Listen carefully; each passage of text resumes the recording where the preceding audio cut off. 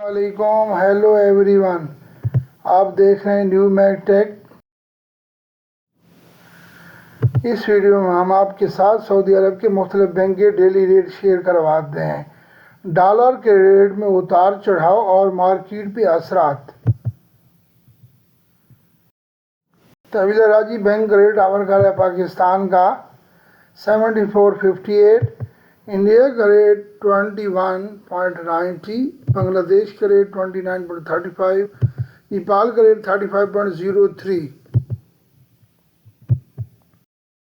इंजाज bank Pakistan का rate 74.47, India का rate 21.81, Bangladesh का रेट 29.11, नेपाल का रेट 34.57। फौरी बैंक पाकिस्तान का रेट 74.50, इंडिया का रेट 21.83, बांग्लादेश का रेट 29.09, नेपाल का रेट 34.92। क्विक पे पाकिस्तान का रेट 73.17, इंडिया का रेट 21.40, बांग्लादेश का रेट 28.73, नेपाल का रेट 34.71।